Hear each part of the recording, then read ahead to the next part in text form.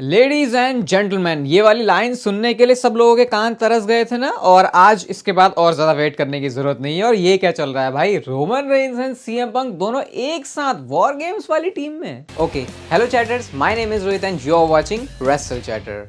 तो इस वीडियो में बात करेंगे आज ये स्मैकडाउन के शो के बारे में। सारी बातें आपको पता चलेंगी डिटेल में। बस यार एक काम कर दिया करो, नीचे सब्सक्राइब का बटन चेक कर लो यार, डेली वीडियोस लेके आता हूं तो इतना काम तो आप कर ही सकते हो। सबसे पहले जो स्टार्टिंग होती है स्मैकडाउन की वो होती है ब्लड लाइन के साथ में, सोलो सिकोवा वाली ब्लड लाइन के साथ में, जहां पे उनके साथ ब्रॉन्सन रीड भी निकल के आते हैं और सोलो सिकोवा का आके सिंपली यही कहना होता है कि भाई एक्नॉलेज करो मुझे रोमन रेंज का जो पैरोडी है, रिप ऑफ स्टाइल है, उस तरीके से। और कहते हैं कि अब सिर्फ एक हफ्ता रह गया है सर्वाइवर सीरीज को होने के लिए। मेरी जो क्रू है वो तो पूरी तरीके से तैयार है, लेकिन बताओ कौन तैयार नहीं है? रोमन रेंज तैयार नहीं है। रोमन रेंज तो अभी यहां पर है भी नहीं, लेकिन रोमन रेंज जब यहां पे आएगा तो रोमन, ये बात ध्यान से सुन ले, तुझे इस रात के एंड तक, यानी स्मैकडाउन खत्म होने के एंड तक, खत्म होने तक मेरे पास आना है और तुझे मेरे सामने सरेंडर करना है। और जब तुम सारे लोग सरेंडर कर लोगे तो फिर फाइनली तुम्हारा, तू भी रोमन, तू भी और तेरा सारा क्रू, यानी तेरी पूरी ब्लड लाइन, वो मुझे एक्नॉलेज करेगी। तो ये जो स्टार्टिंग में सेगमेंट डाला, ये बहुत लंबा नहीं घसीटा, लेकिन ये शो की टोन सेट करने के लिए बनाया गया था कि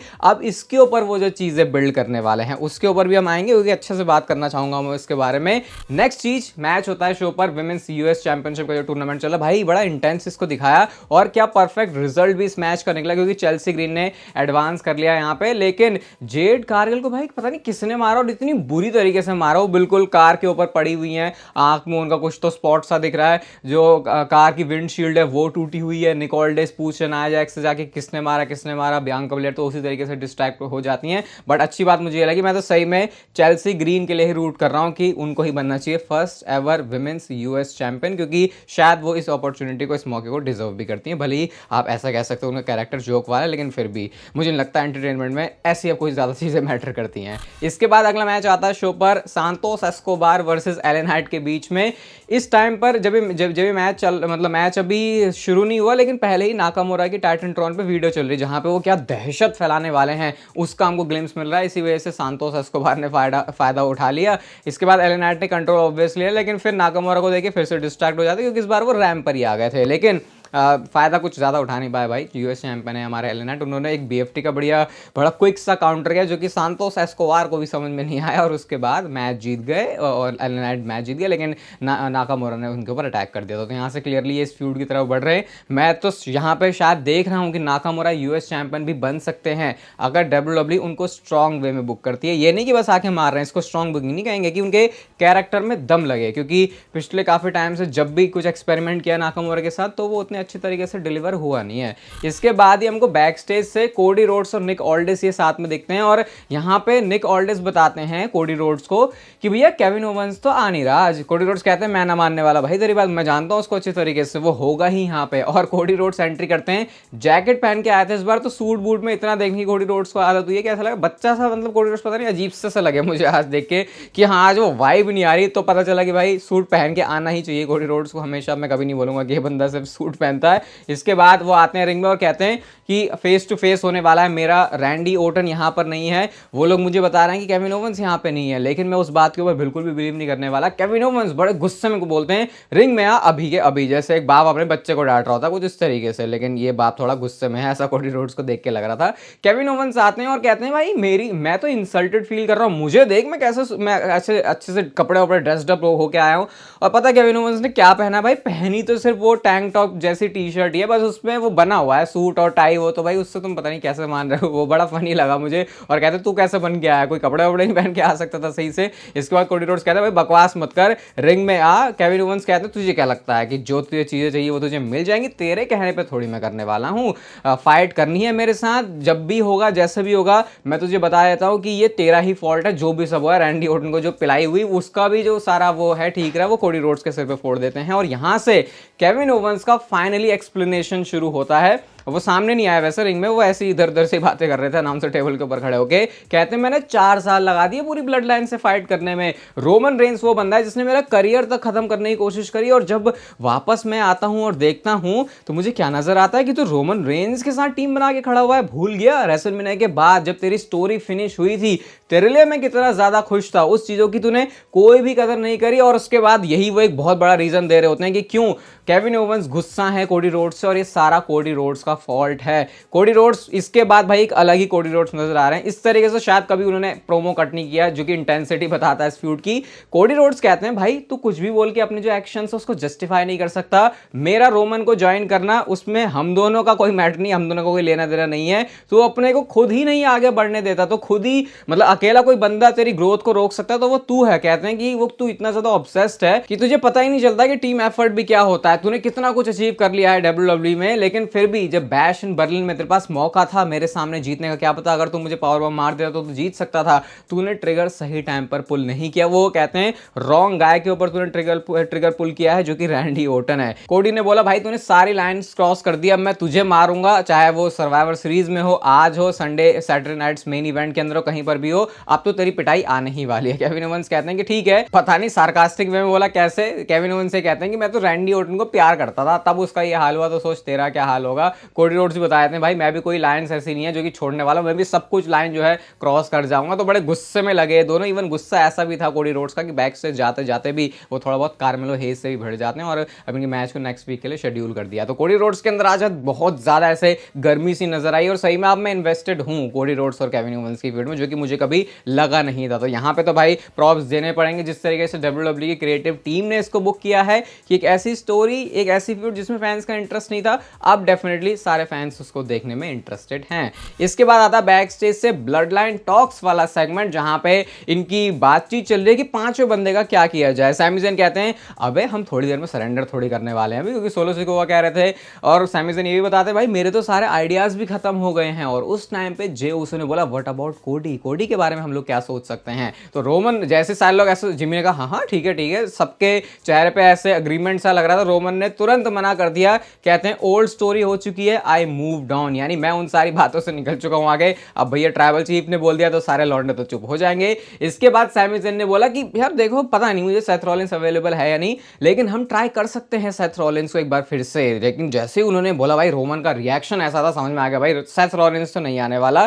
फिर सवाल होता है हम करेंगे क्या फिर। तो रोमन रेंस कहते हैं अरे हमें किसकी क्या जरूरत है, हम 4 तो हैं, हम मरेंगे साथ में मरेंगे। ऐसा करके रोमन रेंस ने थोड़ा सा मोटिवेट सा कर दिया। हालांकि रोमन रेंस खुद हेजिटेट दिख रहे थे यहाँ पे इन सारी बातों को बोलते हुए कि बोल तो रहे हैं लेकिन शायद बातों को लेके भरोसा उतना नहीं आ रहा। तो सैमी ज़ेन ने पूछा ठीक है भाई तो चलो बताओ प्लान क्या है। तो वो कहते हैं कि मुझे भी नहीं पता। और भाई यहाँ पे जो ब्लड लाइन की बातें थी ना, उससे वो वाली ब्लड लाइन जो मैं कह रहा था ना, वाइब मिसिंग है कि यार सारे बंदे साथ में हैं। इस ब्लड लाइन टॉक वाले सेगमेंट से मुझे लग रहा है कि हाँ अब ऐसा लग रहा है कि सारे बंदे वो पुराने वाले रंग में रंग चुके हैं, और वो वाली जो फीलिंग है, जो वाइब वो आनी शुरू हो गई है। लेकिन इतना तो पता चल गया था यहाँ पे कि डब्ल्यूडब्ल्यूई बहुत कुछ इंटरेस्टिंग सरप्राइज भी बचा के रख रही है, जिस तरीके से सेगमेंट लीड करता है आगे की तरफ। इसके बाद अगला मैच था Bayley Naomi versus Candice Clay Tiffany. ये सर्वाइवर सीरीज का 5 वर्सेस 5 वॉर गेम्स को जस्टिफाई करने के लिए कुछ भी सब डाल देंगे उसमें कि भाई ब्रॉल कर दी ना, हो गया अब मान लो वॉर गेम्स। ऐसा थोड़ी होता भाई, ब्लड लाइन की स्टोरी थोड़ी तुम्हारी चल रही है, वही सब कुछ किया उन्होंने। रिया रिप्ली आज भी आगे, कैंडो स्टिक थी, फिर रकेल रोड्रिगेज, सब कुछ यहाँ पे लिव मॉर्गन, ये सब आके मार रहे एक दूसरे को। बस ये मैच सेटअप करना चाह रहे हैं। एंड में जो टीम है वो स्टैंड टॉल करती है फेस वाली, लेकिन जेड कारगिल वहां पर नहीं है। तो देखते हैं उसको एक ऐसे फिगर आउट करते हैं। इसके बाद montage Ford versus Tommaso Champa का मैच था। और भाई क्या एक वो स्पॉट था स्प्रिंग बोर्ड से, वो तो नहीं मॉन्टेज फोर्ड क्या करने के लिए आ रहे होते, लेकिन चांपा ने जिस तरीके से नी मारी भाई वो तो इतनी डेंजरस थी। लेकिन उसके बाद ही मॉन्टेज फोर्ड ने पिन भी कर दिया भाई। वो समझ नहीं आया कि क्या मतलब, लगी नहीं क्या मॉन्टेज फोर्ड को, इतने जबरदस्त तरीके से वो था। इसके बाद वही भसड़ हो रही है, एंजेलो डॉकिंस बचाने आ रहे हैं, जॉनी गार्गानो समझा रहे हैं टोमासो चांपा को क्या कर रहा है, आपस में लड़ रहे हैं। फिर इसके बाद एमसीएमजीज आते हैं और इन्होंने आके फिर बचा रहे, पता नहीं ये टैग टीम डिवीजन को किस तरह आगे लेके जा रहे हैं। लेकिन थोड़ा बहुत इन्वेस्ट करने की कोशिश तो डब्ल्यूडब्ल्यूई ने यहाँ पे जरूर करी है। इसके बाद आता शो का मेन इवेंट जो कि था blood line versus blood line, यानी कि इनका फेस टू फेस होने वाला है। रोमन रेंस के पास अभी सिर्फ 4 ही बंदे हैं। सबसे पहले सोलो सिकोवा की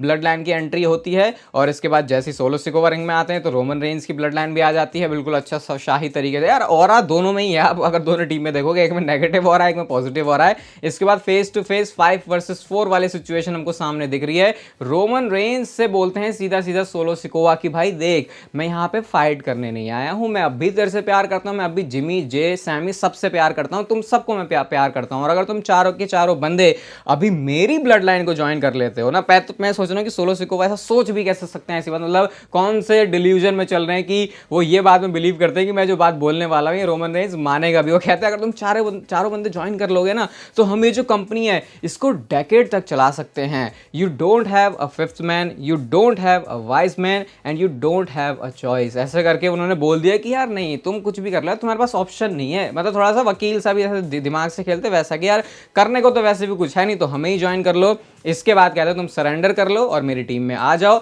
अगर तुम ऐसा नहीं करते तो जहां खड़े हो वहीं गाड़ दूंगा। ऐसा करके सोलो सिकोवा ने थोड़ी सी धमकी भी दे दी। और भाई चैनल पे आज दूसरी वीडियो आ जाएगी, आज टेंशन वाली बात नहीं, सेकंड वीडियो आ जाएगी और पॉडकास्ट भी आने वाला है, तो उसके लिए भी स्टे ट्यून्ड। इसके बाद सोलो सिकोवा ने रोमन रेंज को दिया माइक। रोमन रेंज ने, मैं देख रहा था, मैं नोटिस कर रहा था किस तरीके से रोमन रेंज माइक पकड़ा, गुस्से में या फिर थोड़ा सा डर के। भाई कोई डर वर कुछ नहीं, ऐसे पकड़ कर माइक ले लिया। लेकिन इससे पहले कि रोमन रेंज कुछ बोलते हमको वो आवाज सुनाई देती है जिसको सुनने के लिए मैंने वीडियो के स्टार्टिंग में बोला हम सबके कान तरस रहे थे, और ये था लेडीज एंड जेंटलमैन। जैसे ही वो लाइन सुनती है क्राउड का रिएक्शन ऑब्वियसली इलेक्ट्रिक था।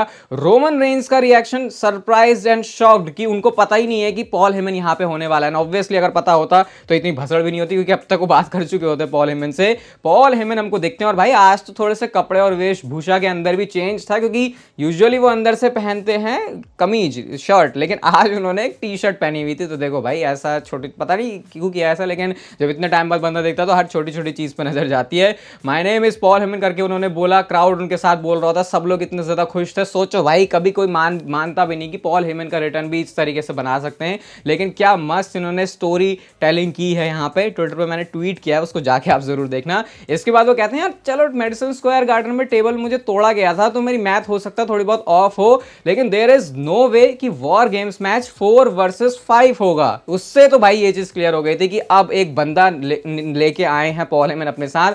और भाई ऐसी धक मची ना अंदर कि कौन होने वाला, क्योंकि इतनी सारी पॉसिबिलिटी हो सकती थी। पॉल हेमन रिवील करने जाते हैं surprise it is going to be 5 versus 5। ऐसे पीछे टाइटनट्रॉन रैम की तरफ उन्होंने इशारा किया और तभी सीएम पंक का बजता है और भाई सीएम पंक निकल के आते हैं as the 5th member of the OG bloodline. और वो मूवमेंट, वो माहौल अपने आप में बहुत ही ज्यादा यूनिक है। मैं सही बता रहा हूँ, दिल तो बच्चा है जी। मैंने ब्रॉक लेसनर को भी एक्सपेक्ट कर लिया था यहाँ पे, क्योंकि वो जिस तरीके से हम रूमर सुन रहे थे, लेकिन मैं आपको बताया था कि भाई एक रोमन रेंज और सीएम पंक के साथ होने की कहानी भी आ रही है कि पॉल हेमन उनको लेके आ सकते हैं। और एग्जैक्टली वही चीज डब्ल्यूडब्ल्यूई ने कर दी है, जो कि सब लोगों को बहुत ही अलग तरफ ले गई। कहां सेथ रॉलिंस भी एक सरप्राइज लग रहा था, लेकिन उसके बाद सीएम पंक आ गए। अब होना क्या था, आते हैं सीएम पंक, एक भी सेकंड का टाइम वेस्ट नहीं किया। पांचों के पांचों जो बंदे हैं उन्होंने ब्रॉल करना शुरू कर दिया है। Jimmy Uso, Jey Uso, Sami Zayn ने बाहर की तरफ डाइव लगाई। तो एक मूवमेंट है जब रोमन रेंज एंड सीएम पंक सिर्फ एक दूसरे को देख रहे हैं कि ये क्या हो रहा है, क्योंकि आपको पता है अपने आप में ये कितना बड़ा मैच बन सकता है आगे के लिए, कंसिडरिंग रोमन रेंज का पिछले 4-5 सालों का वर्क और जिस तरीके से सीएम पंक का स्टेटस रहा है डब्ल्यूडब्ल्यूई। वो तो भाई नेक्स्ट लेवल की चीज होने वाली है।